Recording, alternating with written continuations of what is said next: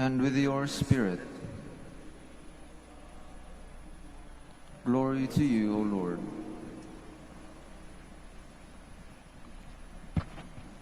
The mother of Jesus and his brothers arrived at home.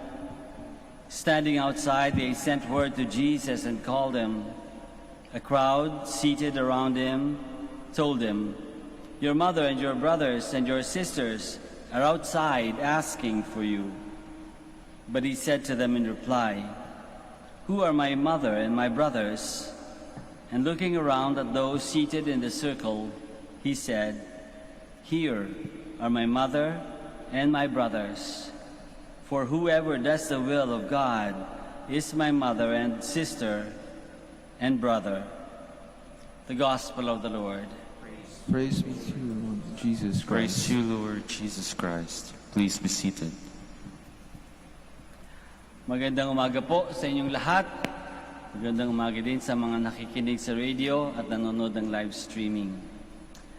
Tandang-tanda ko, turo sa akin ng nanay ko nung buhay pa siya at nung bata pa ako. Sabi niya, pag ang pamilya ay pamilya, kahit anong mangyari, hindi mo pwedeng talikuran ang pamilya mo. Importante ang pamilya. Totoo naman, di ba? In fact, kung isipin natin, ang maturo ni Jesus, ang ginawa ni Jesus para sa atin, ay parang ganun din, di ba? Walang iwanan, walang laglagan, sabi nga. Walang iwanan. Walang sukuan. Huwag mong susukuan yung kapamilya mo. Pagkasama yung kasama mo sa pamilya. Yun yung tinuturo ni Jesus. At yun din yung tinuturo ng nanay ko dun sa amin. Pero maraming ibang klase ng pamilya, di ba? Unang-una, siguro pinaka-common na konsepto ng pamilya is family by blood.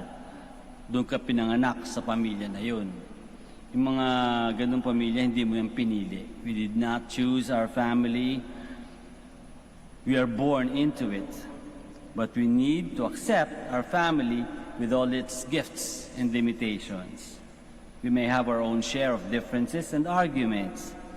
But the sooner we accept our families, the healthier we become psychologically and emotionally.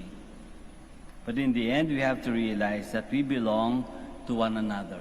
At yun siguro yung sinasabi ng aking magulang, na kailangan tanggapin mo pamilya mo. Maring hindi mo pinili yung nanay, tatay mo, kapatid mo, hindi ka rin pinili, pero pinipili ka.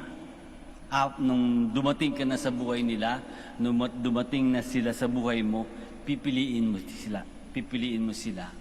Kasi sila yung pamilya mo. It is God's will. Hindi man pinili tayo ng magulang natin, ng mga kapatid natin, but it's God's will that we are put in that family. It's God's will that we belong to that family. So therefore, it's God's will that we stay and support and be supported in that family. Family by blood. Kahit doon sa family by blood, walang iwanan, walang laglagan, walang sukuan. May isa pang klaseng pamilya, tawag natin siguro, pwede natin sabihin family by adoption.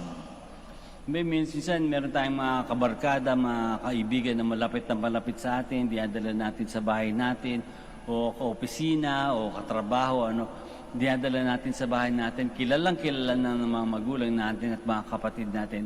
They become part of the family. Hindi man legal, pero they become adopted somehow. Nagiging parang membro na ng pamilya. Tawag na nga nila sa mga magulang natin, mami, daddy, tatay, nanay, whatever, no? But they become part of our families. They become families by adoption. They become brothers and sisters by adoption. As I said, maybe not legally, but in a real way, no? They become families by adoption. Pero yung mga tao na yun, kahit yung mga tao na yun na adopted lang somehow into our families, pumapasok din dun sa rule na yun. Walang laglagan, walang sukuan. Kapag yung tao na yun, medyo nilaglag ka o iniwan ka sa ere o tinalikuran ka, sama ng loob mo, di ba? Pati yung mga kapatid mo, pati yung mga magulang mo, sasama ng loob sa kanya kasi dapat we expect more from that person. No? Walang laglagan, walang sukuan, walang iwanan. Diba? Yun ang family. Meron pang isa pang klase ng family, pwede nating matawag na family by commonality. Commonality. Pare-pareho kayo meron kayong pagkakapareho.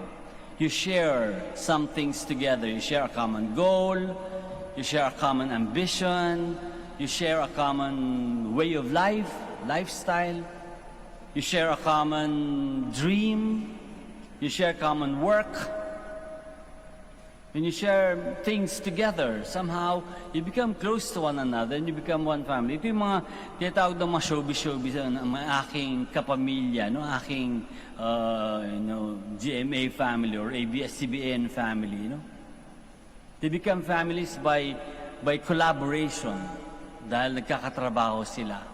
Dahil pareho sila ng isip, pareho sila ng patutunguhan, ng dream for themselves and for the company, they become like family.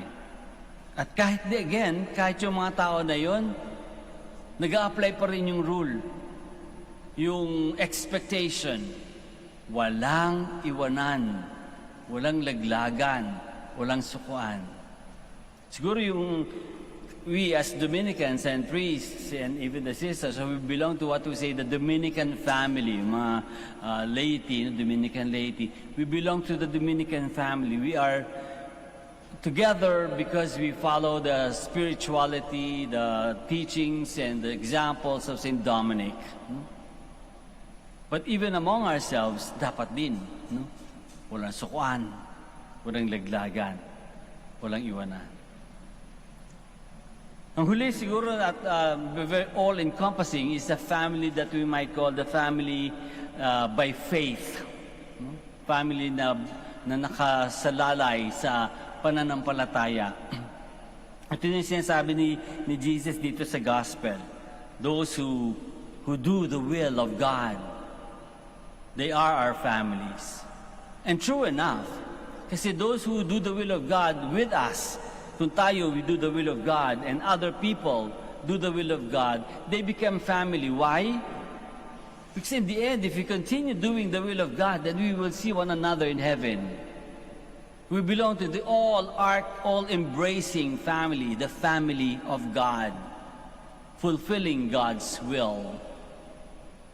And our relationship then will become unending, no? Magiging siyang eternal, kasi hanggang langit. Tuloy-tuloy hanggang langit. Walang iwanan hanggang langit. Hanggang sa kaharian ng Diyos. Walang iwanan. So, tama siguro yung turo ng nanay ko.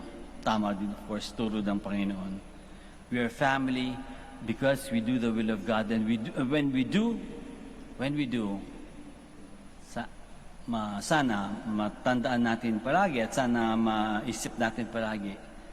Dahil tayo'y pamilya, whether by blood, by commonality, by adoption, or by faith, walang iwanan, walang sukuan, walang laglagan.